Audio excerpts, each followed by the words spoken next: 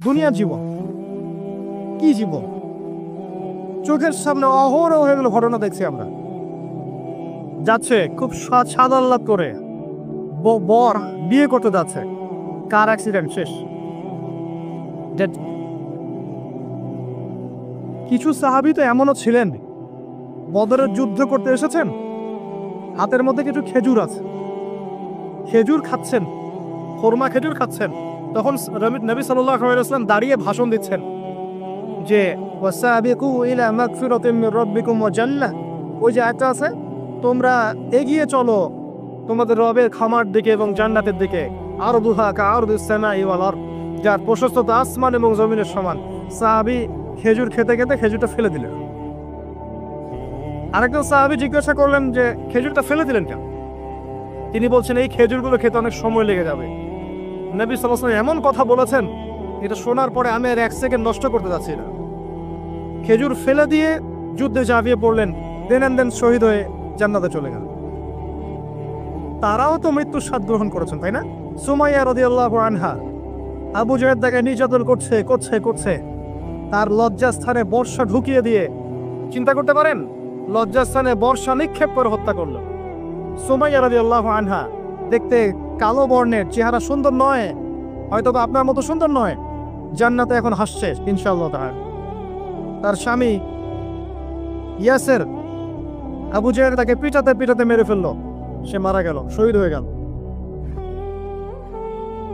অনেক ওলামায়ে কেরামকে, ইমাম, মুস্তাহিদ, মুহাদ্দিস দেখবেন সারাটা জীবন এত মেহনত করেছেন দ্বীনের জন্য, বিয়ে শাদী করার সময় পান না। এমনও আছেন ইমাম এবং মুহাদ্দিস, জীবন তো তাদেরও ছিল। শুধু সাহাবী কেন, তাবেঈদের দিকে তাকান, তাবেঈন তাকান, আমাদের চার ইমামের দিকে তাকান। আবু হানিফা রাহিমাহুল্লাহ শেষ বয়সে জেলখানায়, কথিত আছে বিষ প্রয়োগে তাকে হত্যা করা হয়েছে। তার টাকার অভাব ছিল না, তিনি কিন্তু আমার মতো হতদরিদ্র ছিলেন না। আল্লাহ পাক তাকে সম্পদও দিয়েছিলেন, সমস্ত সম্পদ বিলিয়ে দিয়েছেন দ্বীনের জন্য। ইমাম শাফিঈ রাহিমাহুল্লাহ, তার দিকে তাকান। আহমদ বিন হাম্বল রাহিমাহুল্লাহ, তার দিকে তাকান। তাকে পিটানো হচ্ছে আর বাগদাদের রাস্তায় দৌড়ানো হচ্ছে, কারণ সমাজের মানুষ ফতোয়া দিয়েছে একটা, তিনি ফতোয়া দিয়েছেন আরেকটা। ওই যে হিল্লা প্রথা আর ঠিকা বিবাহ নিয়ে আর কি। তিনি বলছেন, ইলামু ইয়া আহলা বাগদাদ, হে বাগদাদের মানুষটা জেনে রাখো যে আমি কোশ্চিনকালেও এই প্রথাকে জায়েজ করলাম না। তোমরা চিনে রাখো যে আমার নাম আহমদ। জীবন তাদেরও ছিল। ইমাম মালিক রাহিমাহুল্লাহ, তাকে এত মার দেওয়া হয়েছিল, হাত বাঁধতে পারতেন না নামাজের মুখে, নামাজে হাত বাঁধতে পারতেন না।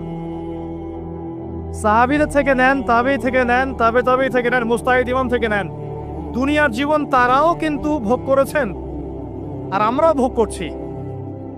আমাদের ভোগের সিস্টেমটা দেখেন, তাদের ভোগের সিস্টেমটা দেখেন। আমরা বাঁচছি দুনিয়ার জন্য, তারা বেঁচেছে পরকালের জন্য। আমরা দুনিয়ায় বাঁচছি দুনিয়ার জন্য, দুনিয়ার একটা চাকরি, একটা ব্যবসা, একটা পরিবার, একটা স্ট্যাটাস, বাড়ি গাড়ি, টাকা কড়ি, সম্পত্তি, এগুলোর জন্য। কিন্তু তারা বেঁচেছেন আল্লাহর জন্য, পরকালের জন্য। যে ব্যক্তি দুনিয়ার জন্য দুনিয়া করে, আল্লাহ পাক তাকে ইহকাল পরকাল দুটোই নষ্ট করে দিবেন। যে ব্যক্তি পরকালের জন্য দুনিয়া করবে, আল্লাহ পাক দুনিয়া গুছিয়ে দিবেন, আখিরাতও গুছিয়ে দিবেন ইনশাআল্লাহ। প্রথম কথা হচ্ছে এই যে দুনিয়ার জীবনকে প্রাধান্য দেওয়া যাবে না। দুনিয়ার জীবনে প্রতিটা কাজ আপনি একটা উদ্দেশ্যই করবেন, সেটা হচ্ছে আল্লাহ সন্তুষ্ট। বিয়ে শাদী করেছি কেন? আল্লাহর জন্যে। পরিবার গঠন করেছি কেন? আল্লাহর জন্যে। সন্তান নিয়েছি কেন? আল্লাহর জন্যে। দিন শিখেছি কেন? ইলম শিখেছি কেন? আল্লাহর জন্যে। চাকরি কেন করি? আল্লাহর জন্যে। প্রতিটা কাজ ইবাদত হবে যদি আপনি মুহাম্মদ সাল্লাল্লাহু আলাইহি ওয়াসাল্লামের তরিকা মেনে চলেন। ওয়া মা খালাকতুল জিন্না ওয়াল ইনসা ইল্লা লিয়াবুদুন, শুধুমাত্র ইবাদত করার জন্যই আল্লাহ পাক জিন এবং মানুষ জাতিকে সৃষ্টি করেছে। আপনাকে আল্লাহ পাক এই হায়াতটা দিয়েছে। এখন বাকি সময়টা চিন্তা করেন, আগামী 30-40 বছর কিভাবে কাটাতে চান? দুনিয়ার জন্য বাঁচবেন না আল্লাহর জন্য বাঁচবেন? যদি আল্লাহর জন্য বাঁচতে চান, সর্বশেষ হেদায়েত আল কোরআন এবং সর্বশেষ নবী মুহাম্মদ সাল্লাল্লাহু আলাইহি ওয়াসাল্লাম, এর বাইরে কিচ্ছু নাই ভাই। সারা দুনিয়ার মানুষ মিলে যদি বলে যে কোরআন সুন্নাহর মধ্যে আছে সুদ হারাম, কিন্তু সুদ হালাল, হালাল হালাল, কোশ্চিনকালে হালাল হবেন। সারা দুনিয়ার মানুষ একটা মাছে যদি এসে বলে সুদ হালাল, সুদ ভালো, কোশ্চিন গেলে হালাল হয়ে যাবে না, হারামই থেকে যাবে। সারা দুনিয়ার মানুষ যদি বলে পর্দা করার দরকার নাই, এটা সেকেলে সেকেলে সেকেলে, এটা সেকেলে হয়ে যাবে না, এটা ফরজ থেকে যাবে। কিচ্ছু নাই কোরআন সুন্নাহর বাইরে, কিচ্ছু নাই।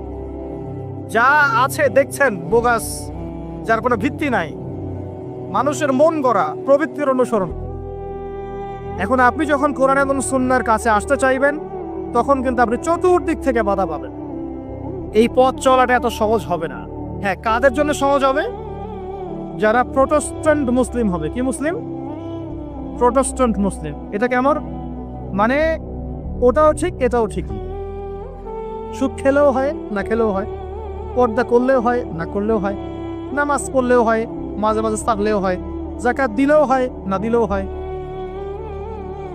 মডারেট প্রোটেস্ট্যান্ট মানে কোরআন সুন্নাহয় যা আছে এগুলো খুব কঠিন মনে হয়, একটু মৌলবাদী মৌলবাদী মনে হয়, এগুলো মানলে তো এই যুগে চলা যায় না, এগুলো ওই যুগের জন্যে, এরকম ভার্সনে যারা চিন্তা করবে তাদেরকে কষ্ট পেতে হবে না।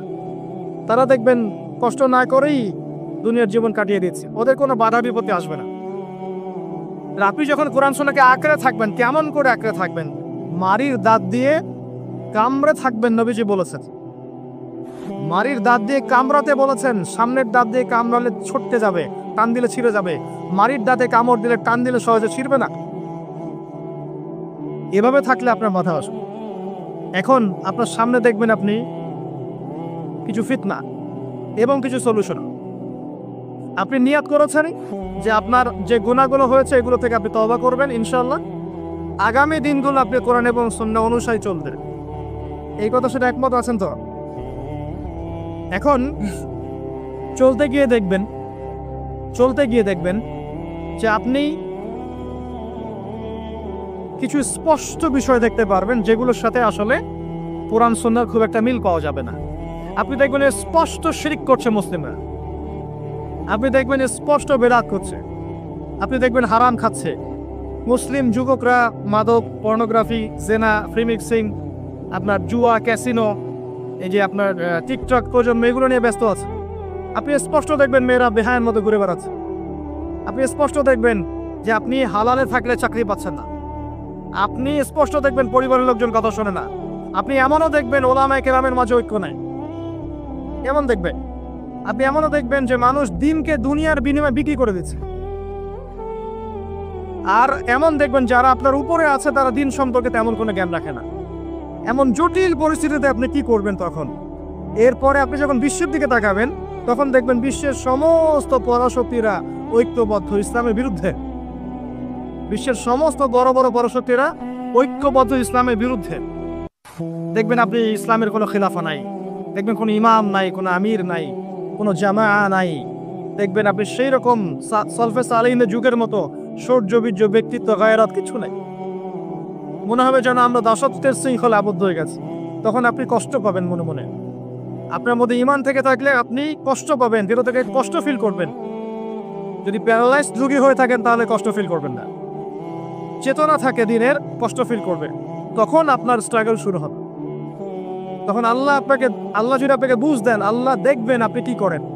আপনার মেধা দিয়ে আল্লাহ কি করেন, আপনি কি করেন, আপনার অর্থ দিয়ে আপনি কি করেন, আপনার হায়াতটা দিয়ে আপনি কি করেন, আপনার এই যে জনবল দিয়ে আপনি কি করেন, আল্লাহ আপনাকে যা দিয়েছেন তা দিয়ে আপনি দিনের জন্য কি করছেন, আল্লাহ পাক তখন দেখবেন। এই জায়গায় আমি আপনাকে কিছু সলিউশন বলছি। এটা শুধু আপনাকে বলছি তা নয়, আমি নিজেও এটা ফিল করি, লালন করি। আর আমি এমন কিছু বলবো না যা আমি নিজে আপনার জন্য পছন্দ করি না। যেটা আমি নিজের জন্য পছন্দ করি সেটাই আপনাকে বলবো। প্রথম কথা, এখানে আপনাকে গাইডেন্স দিবে আল কোরআন। এরকম সিচুয়েশনে আপনাকে পথ দেখাবে অনলি আল কোরআন। এরপর নবী সাল্লাল্লাহু আলাইহি ওয়াসাল্লামের হাদিস। এখানে আপনার দায়িত্ব আসবে প্রথমত কোরআন পড়া শিখতে হবে। প্রথম কাজটা কি ভাই? কোরআন পড়া শিখতে হবে, তেলাওয়াত শিখতেই হবে, নিয়মিত তেলাওয়াত করতে হবে। একটা দিন যাবেন আপনার জীবনে যে কোরআন তেলাওয়াত আপনি করেন না, ইনশাআল্লাহ। বেশি থেকে বেশি করবেন, বেশি থেকে বেশি। আমার পরামর্শ হচ্ছে দিনে এক পারা করে করার চেষ্টা করুন। এরপর দায়িত্ব চলে আসবে আপনার কোরআন বোঝা। আপনি কিছু অংশ মুখস্থ করবেন, হিফজ করবেন, অর্থটা বোঝার চেষ্টা করবেন, কোরআনের ভাষাটা শেখার চেষ্টা করবেন। এর সবকিছু আপনি বুঝতে পারবেন না, তখন কি করবেন? আলেম ওলামার কাছে যাবেন, তাদের সোহবতে গিয়ে পড়ে থাকবেন। যে বিষয়টা বুঝতে পারছেন না জিজ্ঞাসা করে জেনে নেবেন। ফাসআলু আহলা যিকরি ইন কুনতুম লা তা'লামুন। এরপর কোরআনের আদেশ নিষেধগুলো আপনি মেনে চলবেন নিজে, নিজের পরিবারে এবং নিজের অধীনস্থদের মধ্যে। এরপরে আপনি থেমে যাবেন না, কোরআনের দাওয়াত আপনি যতটুকু জানেন এটা মানুষের কাছে প্রচার করবেন। মাদ্রাসা করবেন, মসজিদ আবাদ করবেন, বক্তব্য চালু করবেন, কোরআনের একটা রেভলিউশন ক্রিয়েট করবেন। কোরআনের জন্য আপনার জান মাল অর্থ বিলিয়ে দিবেন। ওই একটা ছোট কাজ দেখবেন পরকালে জান্নাতে যাওয়ার ওসিলা হয়ে গেছে ইনশাআল্লাহ। তারপর আপনি সুন্নতকে পাবেন, ওই সুন্নতের উপরে আপনার 24 ঘন্টাকে সাজাবেন। দিন রাত প্রতিটা আমল আপনি সুন্নাহ অনুযায়ী করার চেষ্টা করুন। এরপরে গিয়ে আপনার দায়িত্ব আরো বাড়বে। এরপর দায়িত্ব চলে আসবে উম্মাহ কেন্দ্রিক। আপনার তাজকিয়া অর্জন করতে হবে, আত্মশুদ্ধি। আত্মশুদ্ধি অর্জন করতে হলে সবসময় পরকালের ফিকির করতে হয়, মৌতের স্মরণ করতে হয়, বেশি বেশি কোরআন তেলাওয়াত করতে হয়, এতিমের মাথায় হাত বোলাতে হয়, আপনার সাদাকা বেশি বেশি করতে হয়, মাঝে মাঝে রোজা রাখতে হয়। এগুলো করতে থাকলে আল্লাহ জিকির বেশি বেশি করতে হয়, আল্লাহর ধ্যান করতে হয়, আল্লাহকে ডাকতে হয়, দোয়া করতে হয়, আত্মশুদ্ধি অর্জন হবে। একই সাথে আপনার অন্তর থেকে হিংসা, বিদ্বেষ, এই যে গীবত, রিয়া, অহংকার, সমালোচনা, সংস্কৃতি দূর করতে হবে। মনের মধ্যে অহংকার, হিংসা, বিদ্বেষ থাকলে আল্লাহর নূর পাওয়া যাবে না, তখন তাজকিয়া অর্জন হবে না। আল্লাহর নূর না আসলে আপনি খিজির হতে পারবেন না, যে অনেক দূর পর্যন্ত দেখতে পারে। সূরা কাহফের মধ্যে ঘটনা পাবেন। আর এই শেষ জামানায় টিকতে হলে আপনাকে খিজির হতে হবে, দূর পর্যন্ত দেখতে হবে। শোনেন, দূর পর্যন্ত দেখতে না পারলে বর্তমানকে মনে হবে ভবিষ্যৎ। এখন যে ফিতনাময় পরিবেশে বসে আছি এটা বর্তমান, এটা ভবিষ্যৎ নয়। একটা কথা বলেছিলাম বেশ কয়েক বছর আগে যে আপনার এমন একটা সময় আসতে যাচ্ছে যখন ক্যাশলেস সোসাইটি থাকবে, মানে কাগজের টাকাটাও থাকবে না। অনেক দিন আগের কথা। তখন কিছু মানুষ আমাকে বলেছিল, পরামর্শ দিয়েছিল এবং শুভাকাঙ্ক্ষী আর কি আমার। আর দিন দিন আমার শুভাকাঙ্ক্ষী বাড়ছেই আলহামদুলিল্লাহ, যে ভবিষ্যৎ বক্তা, তুমি হচ্ছে ভবিষ্যৎ বক্তা। আমি বলেছিলাম যে আমি যেটা বলেছি এটা ভবিষ্যৎ না, এটা বর্তমান। বর্তমান সম্পর্কে আপনার খবর নাই বলে বর্তমানকে আপনার ভবিষ্যৎ মনে হচ্ছে। এখন যা দেখছেন এগুলো বর্তমান, এগুলো ভবিষ্যৎ না। খুব অল্প সময়ের মধ্যে এই পরিস্থিতিগুলো দেখবেন পরিবর্তন হয়ে গেছে। আসেন, যখন ব্যক্তিকেন্দ্রিক কাজ শেষ হয়ে যাবে তখন আপনাকে উম্মাহ কেন্দ্রিক চিন্তা করতে হবে। তাজকিয়া অর্জন করে উলামায়ে কেরামের মাঝে ঐক্যের চেষ্টা করতে হবে। ঐক্যটা হবে মন থেকে। মন থেকে সবাইকে ভাই মনে করলে পরে ঐক্য হবে। যদি মন থেকে সবাইকে নিজের ভাই মনে করতে না পারি, মুসলিম ভাই মনে করতে না পারি, ঐক্য হবে না। যদি আমি মনে করি আমি জান্নাতের ডিলার, তোমার লিজ লাগলে আসো নিয়ে যাও, ঐক্য কখনো হবে না। অনলাইনে যাবেন দেখবেন সারা দিন কাদা ছড়াছড়ি। আর এমন এমন বিষয়গুলোকে নিয়ে আমরা কাদা ছড়াছড়ি করছি যেগুলো নিয়ে কথা না বললেও পরকালে কিছু যায় আসবে না ইনশাআল্লাহ। এমন এমন ইস্যু নিয়ে আমরা কাদা ছড়াছড়ি করি যেগুলো নিয়ে কথা না বললেও আমার জান্নাত জাহান্নামের ফয়সালা হবে না ইনশাআল্লাহ। এগুলো ওই বিষয় নয়, মৌলিক বিষয় নয়। আর আমরা যখন এগুলো নিয়ে ব্যস্ত থাকি, ইসলামের শত্রুরা দেখবেন ইসলামকে দমন করার আরো 10 ধাপ এগিয়ে যায়। আমরা ইন্টেলেকচুয়াল হতে পারছি না। ঐক্যের চেষ্টা করতে হবে, যার যার জায়গা থেকে করতে হবে এবং মিসাল দৃষ্টান্ত নিজেকে স্থাপন করতে হবে। যে নিজে যখন সবার সাথে মিশবো তখন দেখবেন মানুষ রিসিভ করে নিবে যে হ্যাঁ উনি সবখানেই আসছে, উনি সাম্প্রদায়িক চিন্তা করছে না। বিষয়গুলো হচ্ছে উম্মাহ কেন্দ্রিক চিন্তা করতে ঐক্যের বিকল্প নাই। আর এই রেসপন্সিবিলিটি আমার মতো দায়ীদের নয়। মূলত এই রেসপন্সিবিলিটিটা হচ্ছে মূলত উলামায়ে কেরামের। তারা যখন একত্রিত হবেন, ঐক্যবদ্ধ হবেন, তাদের মধ্য থেকে দেখবেন একজন আমির বের হয়েছে এবং তিনি যখন নেতৃত্ব দিবেন তখন জনগণ তার পিছনে তাকে ফলো করবে। ধর্মতাত্ত্বিক নেতৃত্বের কথা বলছি। ধর্মতাত্ত্বিক নেতৃত্ব কি পলিটিশিয়ান দিতে পারবে? আর পলিটিশিয়ানদের কাছে কি ধর্মের সব জ্ঞান থাকে? স্বাভাবিক থাকবে না, কারণ তারা পড়াশোনা করেননি এভাবে। তাদের কাছে পলিটিক্সের জ্ঞান আছে। আপনি যখন ধর্মতাত্ত্বিক ঐক্যের কথা বলছি তখন ধার্মিকদেরকেই তো দায়িত্ব নিতে হবে এবং ধার্মিকদের মধ্যে যারা স্কলার, বিজ্ঞ বরেণ্য উলামায়ে কেরাম, তাদের মধ্যে ঐক্য প্রথম দরকার। অনুসারীদের মধ্যে ঐক্য দিয়ে লাভ নাই। প্রথমে ঐক্য লাগবে আগে বড় বড় লেভেলে, তারপরে দেখবেন জনগণ ঠিকই আলেমকে মেনে নিয়েছে। তখন আপনি দেখবেন একটা ভালো শক্তি আপনি অর্জন করতে পারছেন। আদারওয়াইজ যখন আপনি বিক্ষিপ্ত বিচ্ছিন্ন, কেউই আমাদেরকে মূল্যায়ন করেন। যতই স্লোগান দেন, শোডাউন করেন, আইওয়াশ করেন, আদতে কিন্তু কেউ মূল্যায়ন করছে না ওদের।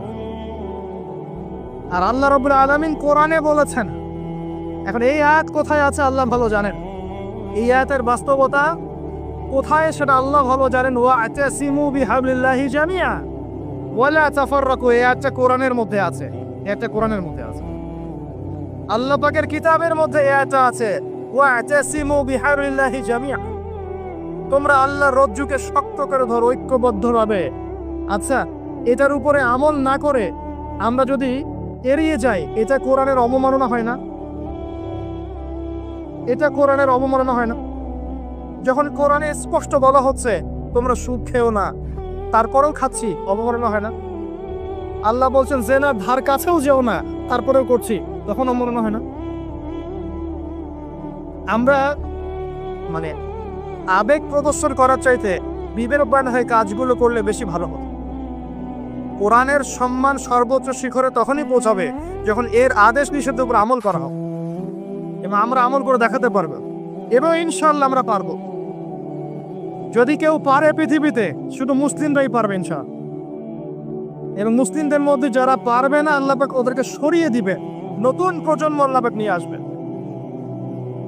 ইনশাআল্লাহ। যুব সমাজ পারবেই, পরবর্তী তরুণ প্রজন্ম এবং আগামী ছোটদের প্রজন্মরা পারবেই ইনশাআল্লাহ। যদি কেউ পারে, এরাই পারবে ইনশাআল্লাহ।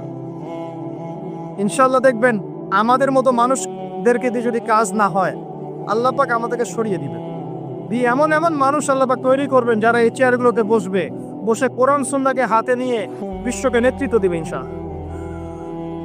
আসবে এক সময়, অপেক্ষা করতে থাকে, কারণ আমরা আখিরুজ্জামানের হাদিসগুলো সম্পর্কে জানি। একটা সময় চলছে মুসলিমদের ডমিনেশনের সময়, এরপর একটা সময় আসবে যখন মুসলিমরাই এই বিশ্বকে নেতৃত্ব দেবে ইনশাআল্লাহ। ইসলামই হবে এই বিশ্বের একমাত্র সুপার পাওয়ার। আল্লাহ রাব্বুল আলামিন ওই জেরুজালেম থেকেই আরো একবার কিয়ামতের আগে পুরো বিশ্বে ইসলামিক খেলাফা বাস্তবায়ন করবেন ইনশাআল্লাহ। এর প্র্যাকটিক্যালি আপনার আমার কিছু কাজ আছে, ইলম অর্জন করা আমাদের কাজ। আমাদের এত বড় বড় কাজ নাই, আমাদের যতটুকু সামর্থ্য এতটুকু কাজ আছে। আমাদের কাজ আগে ইলম অর্জন করা, আমাদের কাজ জানা অনুযায়ী আমল করা, উলামায়ে কেরামের সাথে সম্পর্ক রাখা, মাদ্রাসার সাথে সম্পর্ক রাখা, জ্ঞানের চর্চা করা, হালাকাগুলো বাড়ানো, ইমানের চর্চা করা। আমাদের কাজ পরিবারগুলোকে সংশোধন করা।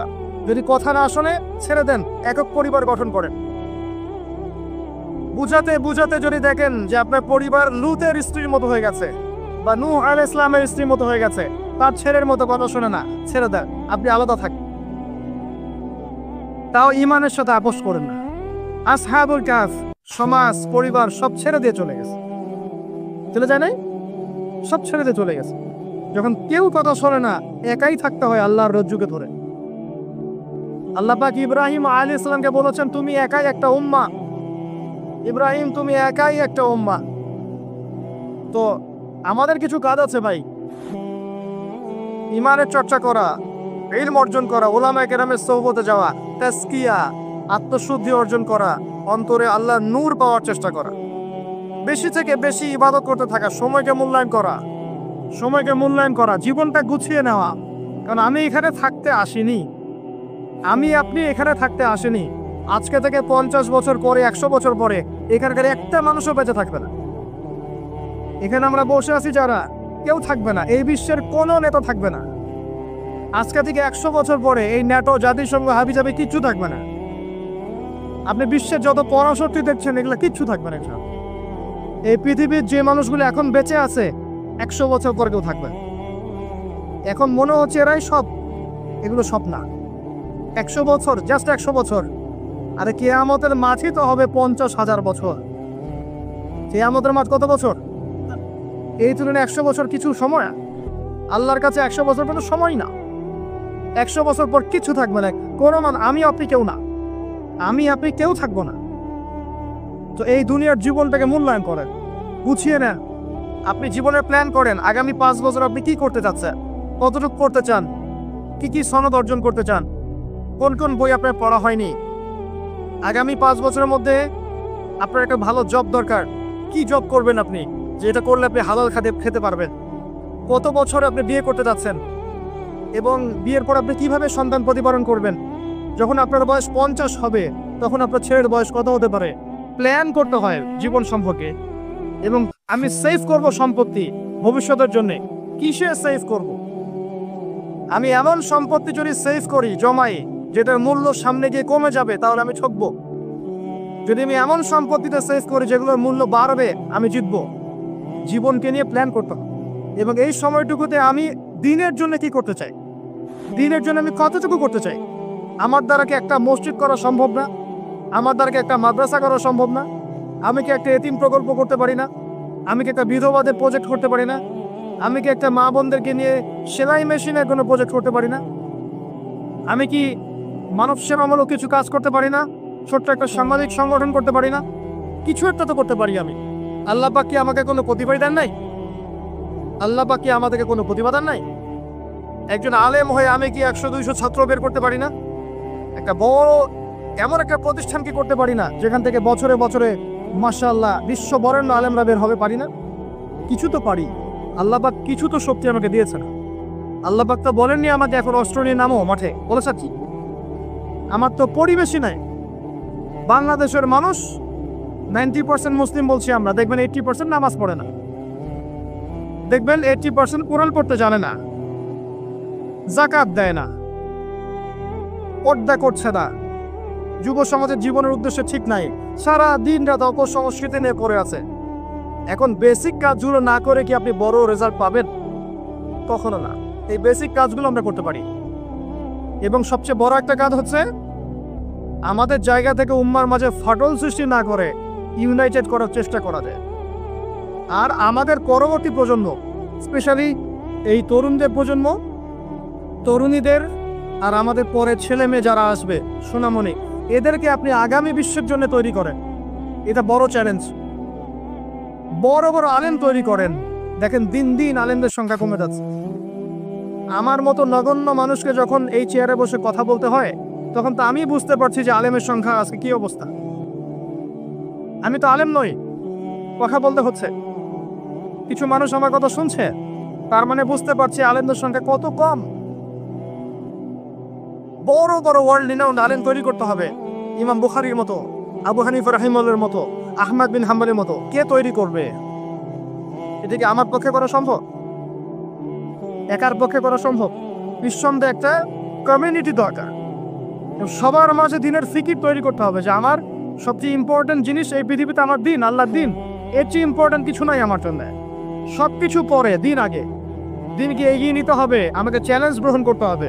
এরকম চিন্তা ফিকির লালন করলে পরেই তো রেজাল্ট আসবে, নাহলে তো আসবে না। দেখেন, আমরা আমাদের মতো মানুষ যারা আছে, এরা একটা জাতিকে নেতৃত্ব দিতে পারবে না। তো প্রবলেমসগুলো ধরিয়ে দিতে পারে হয়তো, সর্বোচ্চ সলিউশনে কিছু পথ বলতে পারে। তো বাস্তবতা হচ্ছে এই যে কাজগুলো জনগণকেই করতে হবে। আর এই যে একদিন আসলাম, একটা কথা বললাম, চলে গেলাম, আদতে কোনো ফলাফল নাই। একদিন আসলাম, একটা মাহফিল করলাম, যেভাবে আসছি এভাবে চলে গেলাম, আদতে কোনো ফলাফল হবে না। যদি হ্যাঁ এই কথাগুলো মানুষের মনের মধ্যে গেঁথে যায় এবং আগামীর পৃথিবীর জন্য তারা প্রস্তুতি গ্রহণ করতে পারে, তখন গিয়ে কথা ফলবেন সব। আসুন, আইওয়াশ, শোডাউন এবং আবেগী জাতি না হয়ে আমরা বিবেক দিয়ে চিন্তা করি, উম্মার অবস্থা চিন্তা করি, বৈশ্বিক অবস্থা চিন্তা করি, ভাবি। বারবার একটা কথা বলি আমি, একটা দেশের মধ্যে সরকার, প্রশাসন, জনগণ, আলেম ওলামা, যুবক শ্রেণী, মহিলারা, শিশুরা, এরা সবাই একটা দেহের মতো, একটা বডির মতো। এরা সবাই একে অপরের পরিপূরক, একে অপরের ভাই, সবাই মুসলিম। এখানে কেউ কারো শত্রু না। আমরা যদি একে অপরকে শত্রু মনে করে ভুল করব, তখন আমাদের শত্রুতার সুযোগ পেয়ে যাবে। আমরা সবাই একে অপরের পরিপূরক। সবাইকে নিয়ে, দেশকে নিয়ে, জাতিকে নিয়ে, উম্মাকে নিয়ে এগোতে হবে। কোনো মানুষ যদি এভাবে চিন্তা করে যে আল্লাহ আমাকে দেখছেন, আমি আল্লাহকে দেখতে পাচ্ছি না, তো কি হয়েছে, আল্লাহ আমাকে দেখছেন, এই ব্যক্তি কি পাপ করতে পারবে? এই ব্যক্তি গোপনেও কি পাপ করতে পারবে? যদি পাপ করেও ফেলে, তার মধ্যে অনুশোচনা আসবে না? আল্লাহ আমাকে দেখেছেন, যদি পাপ করেও ফেলে দেখবেন 2 রাকাত নামাজ পড়ে বলছে আল্লাহ আমাকে মাফ করে দাও। আমাদের চলতে ফিরতে পাপ হতে পারে, স্পেশালি যুবকদের পাপ বেশি হতে পারে। যদি পাপ হয়ে যায় হতাশ হবেন না। পাপ হয়ে গেছে হতাশ হবেন না।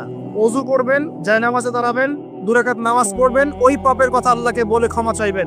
ইনশাআল্লাহ আল্লাহ পাক আপনার গুনাহকে নেকি দিয়ে পরিবর্তন করে দেবেন ইনশাআল্লাহ। যতবার পাপ হবে ততবার নামাজে দাঁড়াবেন, ততবার ওযু করবেন, ততবার 2 রাকাত নামাজ পড়বেন এবং আল্লাহর কাছে ক্ষমা চাইবেন। ইনশাআল্লাহ আল্লাহ মাফ করবেন। শয়তান আপনাকে হতাশ করতে চাইবে, সাস্টেট করতে চাইবে। আরে তুমি অন্যায় করেছো, এত বড় বড় পাপ করেছো, তুমি পর্নোগ্রাফি দেখো, তুমি মেয়ের সাথে জেনা করেছো, তুমি মদ খাও, তুমি এই করো, তুমি কিভাবে আল্লাহর সামনে দাঁড়াবে, কোন মুখ নিয়ে দাঁড়াবে? এগুলো শয়তানের ওয়াসওয়াসা। কার ওয়াসওয়াসা? আল্লাহ পাক ক্ষমা করতে করতে ক্লান্ত হবেন না, আপনি ক্ষমা চাইতে চাইতে ক্লান্ত হয়ে যাবেন ইনশাআল্লাহ। আল্লাহ পাক এমন গফুর ও রহিম। এক ব্যক্তি 99টা খুন করেছে। কয়টা? 99টা খুন করে এক আলেমের কাছে গিয়ে বলেছে যে আমার কি তওবা হবে? সে বলেছে না, তওবা হবে না। সে বলেছে কি তওবা হবে না। সে আলেম ছিল না, সে আবেদ ছিল। আবেদ মানে ইবাদত করতে বেশি বেশি, খুব বেশি জ্ঞান ছিল না। আমাদের মতো আমরা কিন্তু ইবাদত বেশি করি, জ্ঞান খুব কম। তো সে ছিল আবেদ, সে বলেছে না তওবা হবে না। তো ও বেটারেও কোপ দিয়ে 100টা খুন করে ফেলেছে, 100 ফিল আপ। এবার সে চিন্তা করছে যে আমি কি করব। আরেকজন আলেমের কাছে গিয়ে বলছে আমি 100টা খুন করেছি, তওবা হবে? এই আলেম সত্যিকারের আলেম ছিল, তিনি বলেন হ্যাঁ তওবা হবে, তুমি ইস্তেগফার করো এবং এই এলাকা থেকে চলে যাও, অন্য এলাকায় গিয়ে থাকো, অন্য একটা এলাকায় গিয়ে থাকো, এখানে তোমার স্মৃতি জড়িত আছে, অন্য জায়গায় হিজরত করে গিয়ে থাকো। তো সে ব্যক্তি চলে গেল, যাওয়ার পথে তার মৃত্যু হয়ে গেছে। আল্লাহ পাকের ফেরেশতা চলে এসেছে, আযাবের ফেরেশতা এবং জান্নাতের ফেরেশতা, তারা নিজেদের মধ্যে এখন তর্ক করছে কে রূহটা নেবে, আত্মাটা কে নেবে। ওই যে রূহ কাকে বলে, সায়েন্সকে জিজ্ঞাসা করেন, সায়েন্সের প্যান্ট খারাপ হয়ে যাবে, রূহ কাকে বলে তো দেখি। এখন আল্লাহ পাক এই বান্দাকে মাফ করতে চাচ্ছেন, তিনি কি করলেন? আল্লাহ পাক কৌশল করলেন। তিনি বললেন জমিনটা মেপে দেখো, ফেরেশতারা তোমরা জমিন মেপে দেখো, সে যেখান থেকে বের হয়েছে সেখানকার দূরত্ব বেশি না যেখানে যাচ্ছিল ওখানকার দূরত্ব বেশি। এবার আল্লাহ পাক জমিনকে আদেশ করলেন এই জমিন তুমি লম্বা হয়ে যাও। জমিন আল্লাহর আদেশ শোনে না? এই পাহাড় আল্লাহর আদেশ শোনে না? শোনে। পাহাড়ে যা হচ্ছে, আল্লাহ রাব্বুল আলামিনের গজব চলে আসলে এই পাহাড় দেখবেন মানুষের উপর গজব ফেলবে ইনশাআল্লাহ তাআলা। সমুদ্রের কিনারে যা হচ্ছে আমরা দেখে আসলাম যে নগ্নতা অশ্লীলতা চলছে, যখন আল্লাহ পাকের গজব আসবে দেখবেন সমুদ্র ভাসিয়ে দেবে সবাইকে দেখবেন ইনশাআল্লাহ। আল্লাহর আদেশ যখন চলে আসবে প্রকৃতি আল্লাহর কথা শুনবে। জমিনকে আল্লাহ বললেন লম্বা হয়ে যাও, জমিন লম্বা হয়ে গেল। এবার ফেরেশতারা মেপে দেখলো সে যেখানে যাচ্ছিল ওর পরিমাণটা বেশি। আল্লাহ পাক বললেন ওকে মাফ করে দাও, ওকে মাফ করে দাও। 100 খুন করেছে। কত খুন? এটা বলে আপনাকে আমি খুন করতে উৎসাহিত করছি না, কথা কি বুঝতে পারছেন? আমি আপনাকে খুন করতে উৎসাহিত করছি না। আমি বলছি আল্লাহ পাকের দয়া এত প্রশস্ত যে আপনি পাপ করলে হতাশ হবেন না, হতাশ হয়ে যাবেন না। আমি অনেক পাপ করে ফেলেছি, আল্লাহ মাফ করবেন এমন চিন্তা করবেন না। আরেক ব্যক্তির ঘটনা আছে, এগুলো কিন্তু গল্প না, এগুলো বনী ইসরাইলের কাহিনী, সত্যিকারের ঘটনা। আরেক ব্যক্তি এত বেশি পাপ করেছিল যে নিশ্চিত যে আমি মারা গেলে জাহান্নামে যাব। এখন সে মওতের আগে তার সন্তানদেরকে বলছে যে আমি মারা গেলে আমার লাশটাকে পুড়িয়ে ফেলবা, লাশটা পুড়িয়ে ফেলে অর্ধেক ছাই বাতাসে ভাসিয়ে দিবা, অর্ধেক ছাই সাগরে ভাসিয়ে দিবা, অর্ধেক ছাই বাতাসে উড়িয়ে দিবা, অর্ধেক ছাই সাগরে ভাসিয়ে দিবা। সন্তানরা তাই করলো। আল্লাহ পাক সাগরকে বললেন ছাই জমা করে দাও, বাতাসকে বললেন ছাই জমা করে দাও। এটা ছাই জমা করে তাকে আবার পুনরুত্থিত করা হলো। এবার আল্লাহ জিজ্ঞাসা করছেন তুমি এই কাজটা কেন করেছো না? বলো এই কাজ তুমি কেন করেছো? সেই ব্যক্তি বলছেন মিন খাশিয়াতিকা ইয়া রাব্বি, হে আল্লাহ আমি তোমার ভয়ে এই কাজটা করেছি।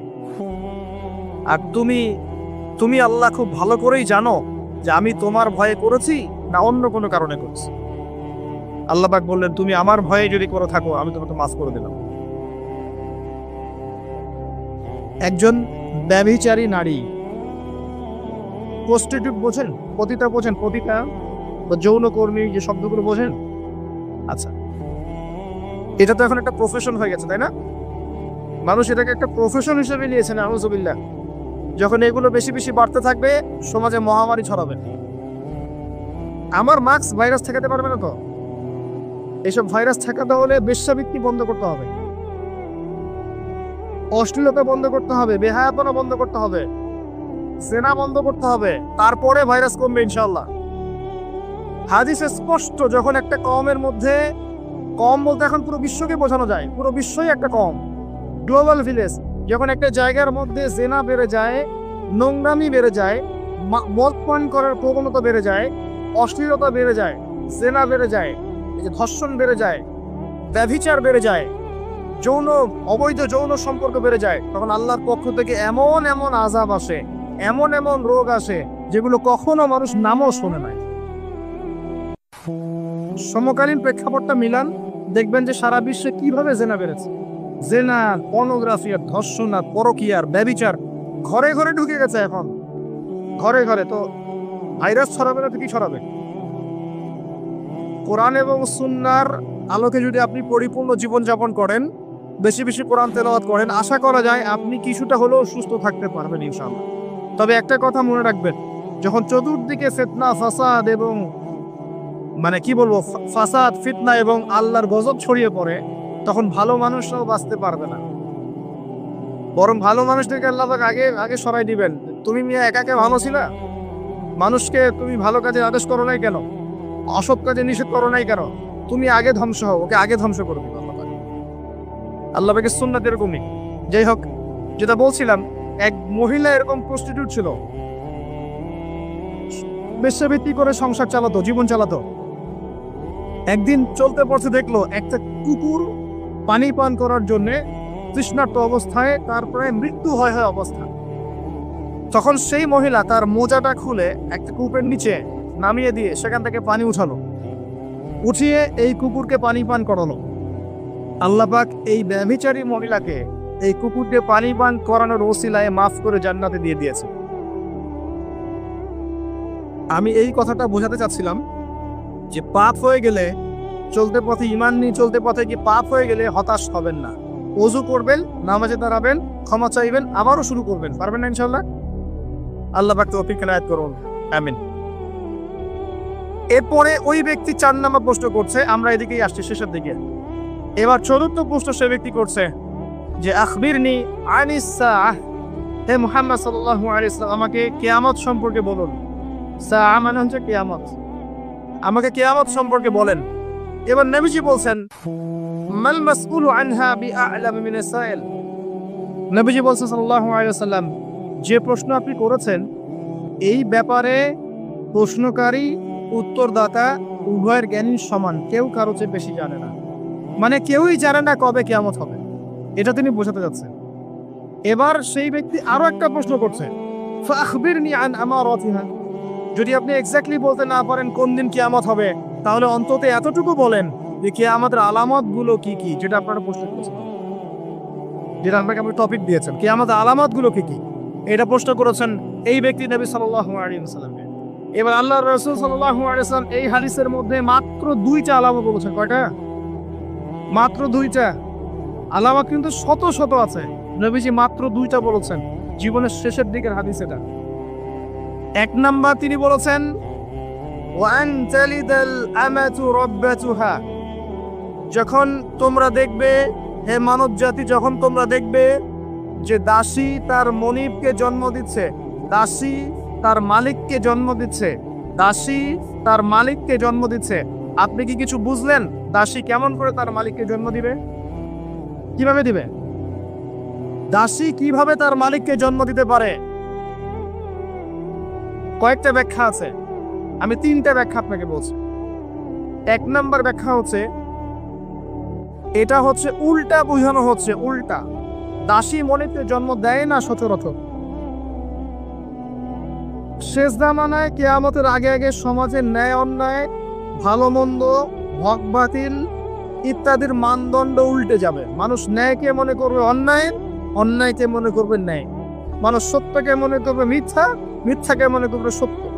সত্যবাদীকে বলবে মিথ্যাবাদী, মিথ্যাবাদীকে বলবে পরম সত্যবাদী। খেয়ানতকারীকে বলবে আমানতদার, আমানতদারকে বলবে চরম খেয়ানতকারী। সমাজের অবস্থা এমন হয় নাই? সুবহানাল্লাহ। এটা হচ্ছে আখিরুজ্জামানের কোন সাইনের জন্য অপেক্ষা করছেন? এগুলোই আনতালিদাল আমাতু রাব্বাতু, এটা একটা ব্যাখ্যা। আরেকটা ব্যাখ্যা হচ্ছে পিতা মাতার সাথে দাস দাসীর মতো আচরণ করা হবে। এটা হচ্ছে না এখন? এটাও শেষ জামানা হাদিসে এসেছে যে মানুষ সম্পত্তির জন্য পিতাকে হত্যা করবে, সন্তান সম্পত্তির জন্য মাকে হত্যা করবে, ভাই ভাইকে হত্যা করবে, বোন বোনকে হত্যা করবে, এবং প্রতিবেশী প্রতিবেশীকে হত্যা করবে।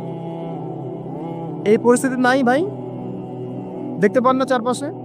এগুলো দেখার জন্য কি খুব বেশি ডিগ্রি সার্টিফিকেটের দরকার আছে? অনেক বড় আলেম হওয়ার দরকার আছে? দুই চোখ দিয়ে দেখতে পারেন না? পিএইচডি করার দরকার আছে? আপনি এমনি বুঝতে পারবেন। যদি আপনার মধ্যে সামান্য পরিমাণ দূরদর্শিতা থাকে, আপনি বুঝতে পারবেন। এটাই হচ্ছে সমাজের সিচুয়েশন। যেই মায়ের পায়ের নিচে জান্নাত, সেই মাকে এখন সম্পদের জন্য হত্যা করা হয়।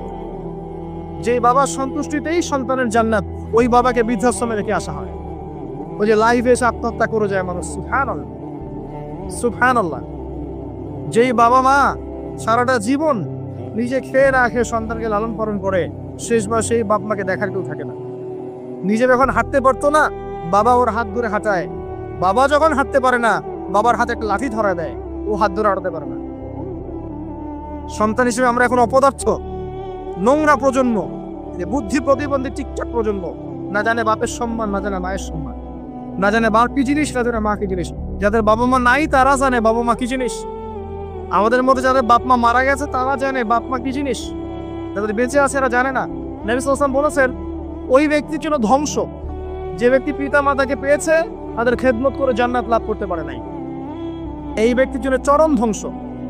পিতা মাতাকে কষ্ট দিয়েন না। মায়ের প্রসব বেদনার একটা সেকেন্ডের ঋণ আপনি শোধ করতে পারবেন।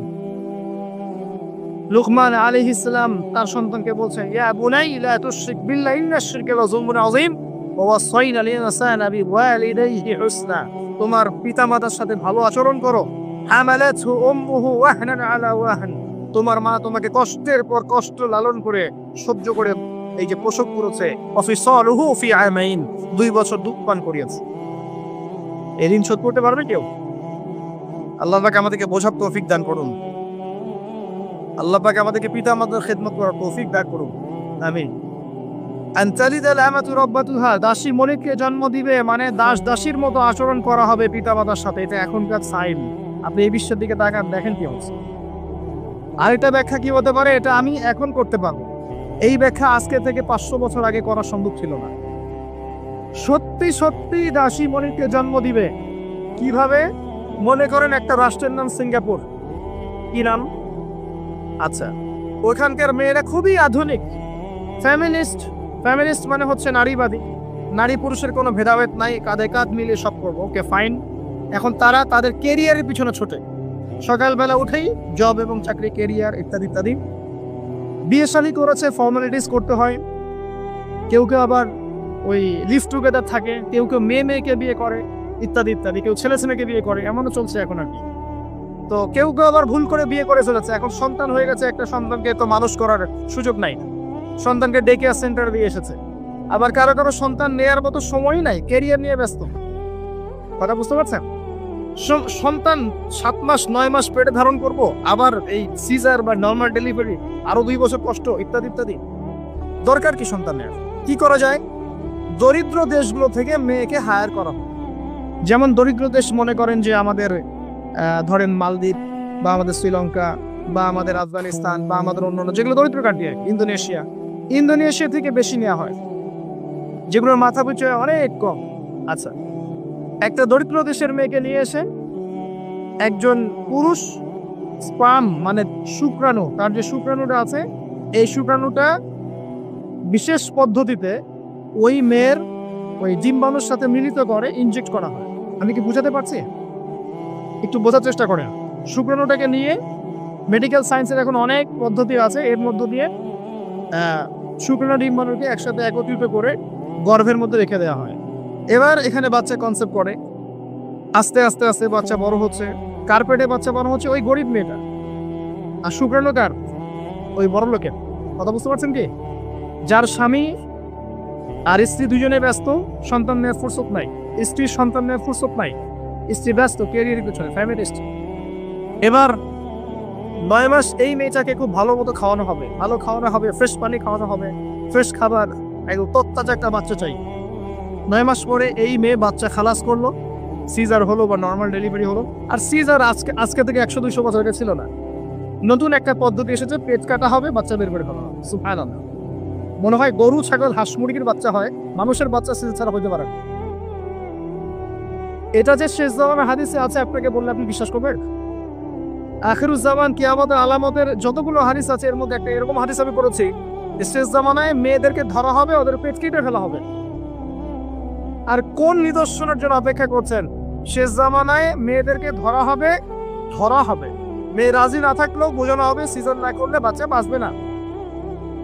মেয়ে রাজি না থাকলেও, পরিবার রাজি না থাকলেও বোঝানো হবে, বিজনেস, যে সিজার না করলে আপনার মেয়েকে বাঁচানো যাবে না, আপনার সন্তানকে বাঁচানো যাবে না। পরিস্থিতি খুবই খারাপ। এমন ভাবে ব্রেইন ওয়াশ করা হবে, ভয়ে বাচ্চা, মা বলবে হ্যাঁ করেন, সিজার করেন, বাবা বলবে হ্যাঁ করেন, কোনো সমস্যা, জানেন? এবং এর পিছনে লাখ টাকা, 2 লাখ টাকা, 5 লাখ টাকা নির্দ্বিধায় খরচ করা হবে। বিজনেস, টোটাল বিজনেস একটা। ক্রিটিক্যাল অবস্থা এক জিনিস, আর নর্মালি সবাই গণহারে সিজার করছে আরেক জিনিস। এটা টোটালি একটা ব্যবসা এবং পুরো মানব জাতিকে ধ্বংস করার প্ল্যান। এটা জুলুম, মেয়েদের উপর জুলুম।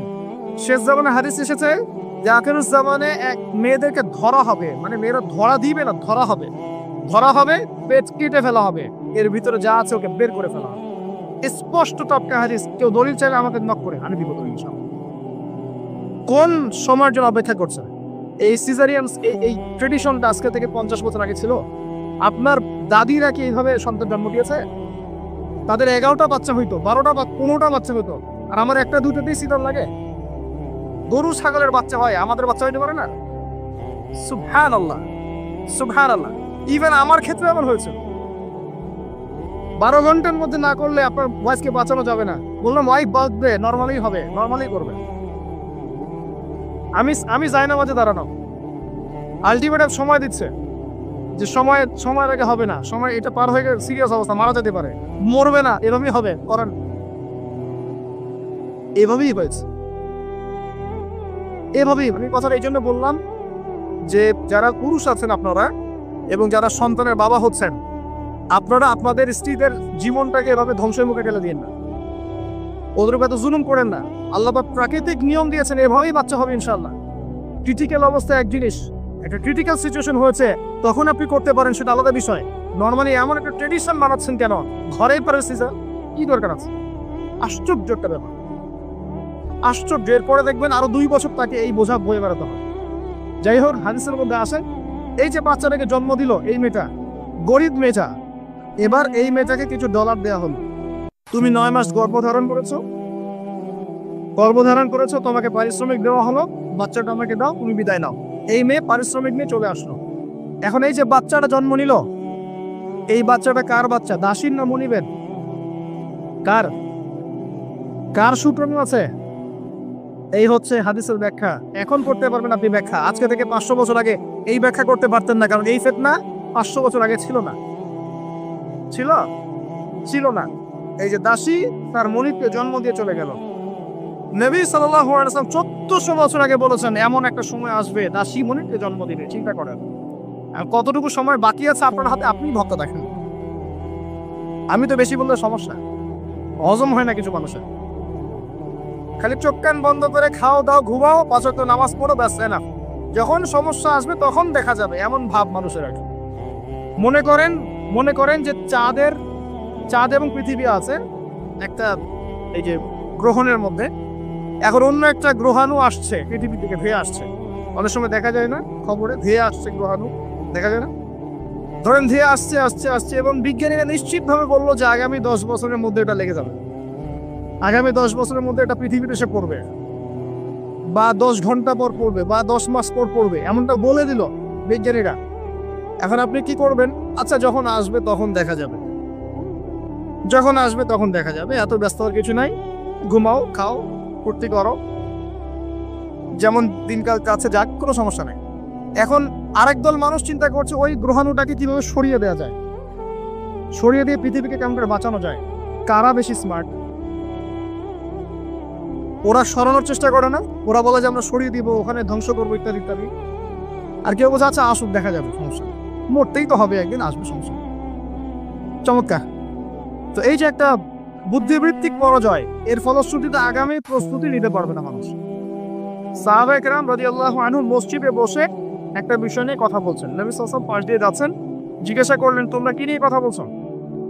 সাহাবীরা বলছেন, আমরা আলামাতুস সাআ নিয়ে কথা বলছি ইয়া রাসূলুল্লাহ, আমরা কিয়ামতের আলামত নিয়ে কথা বলছিলাম। সাহাবীরা কথা বলছেন কিয়ামতের আলামত নিয়ে, তাদের কোনো দরকার আছে কথা বলার? তারা তো জান্নাতে যাবেন সার্টিফিকেট প্রাপ্ত, তাদের কোনো দরকার আছে এগুলো চর্চা করার? তারা চর্চা করছেন, আলামত নিয়ে কথা বলছেন।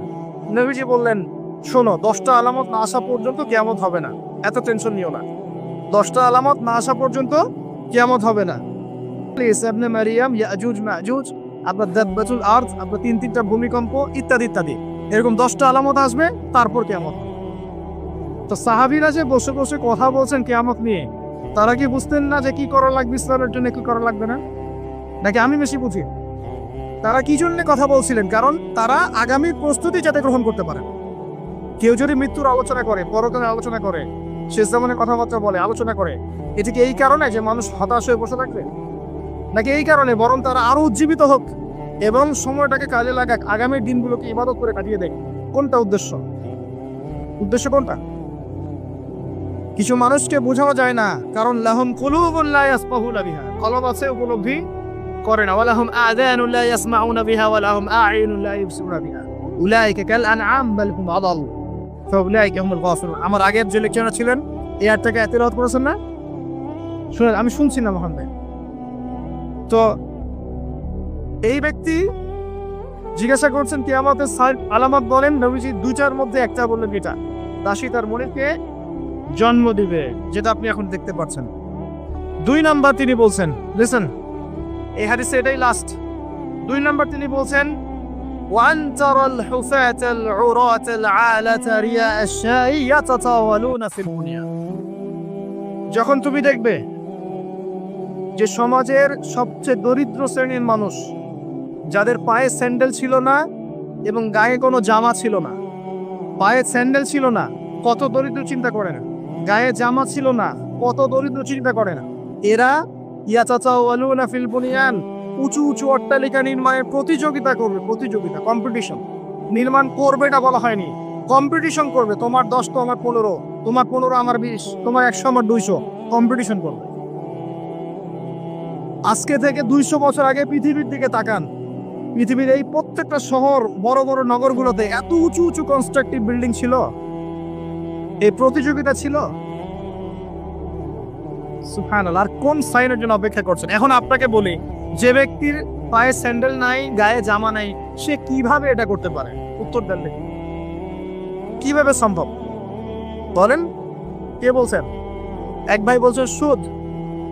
এক্স্যাক্টলি রাইট অ্যান্সার, সুদ। আপনি যান, সুদি লোন নেন, বিল্ডিং তোলেন এবং সারা জীবনে ঘানি টানতে থাকেন, লোনের ঘানি টানতে থাকেন, প্রতিযোগিতা করতে থাকেন। সুদের মধ্য দিয়ে বড় লোকের কোনো ক্ষতি হয় না, বড় লোক আরো ধনী হতে থাকে। সুদের মধ্য দিয়ে দরিদ্র দরিদ্র হতে থাকে। ব্যাংক ওই যাকে লোন দিয়েছে ওর রক্ত চুষবে, আর এ যে লোন নিয়ে বাড়ি করেছে এ ভাড়া দিয়ে রক্ত চুষবে, আর ভাড়া দিয়ে ভাড়া দেওয়ার জন্য দুর্নীতির আশ্রয় নিবে, অসৎ পথে যাবে, সমাজের কাঠামোটা কলাপ করে দেবে। একটা প্রবলেমের সাথে আর অনেক বিষয় জড়িত থাকে। 1 নাম্বার হচ্ছে রিবা, যার মধ্য দিয়ে এটা করা সম্ভব। আর 2 নাম্বার হচ্ছে কি? আত্মসাৎ। অন্যের সম্পদ অন্যায়ভাবে আত্মসাৎ করতে পারলে আপনি রাতারাতি এই পর্যায়ে যেতে পারবেন ইনশাল্লাহ। অন্য পদ্ধতি আছে? একজন মানুষ হালাল খেয়ে হালাল পথে থেকে খুব সহজ এরকম 10, 20, 50 তলা বিল্ডিং করা খুব সহজ? এত সহজ না, এত সহজ না। এই হাদিসে নবী সাল্লাল্লাহু আলাইহি ওয়াসাল্লাম এই 2টা আলামত বলেছেন।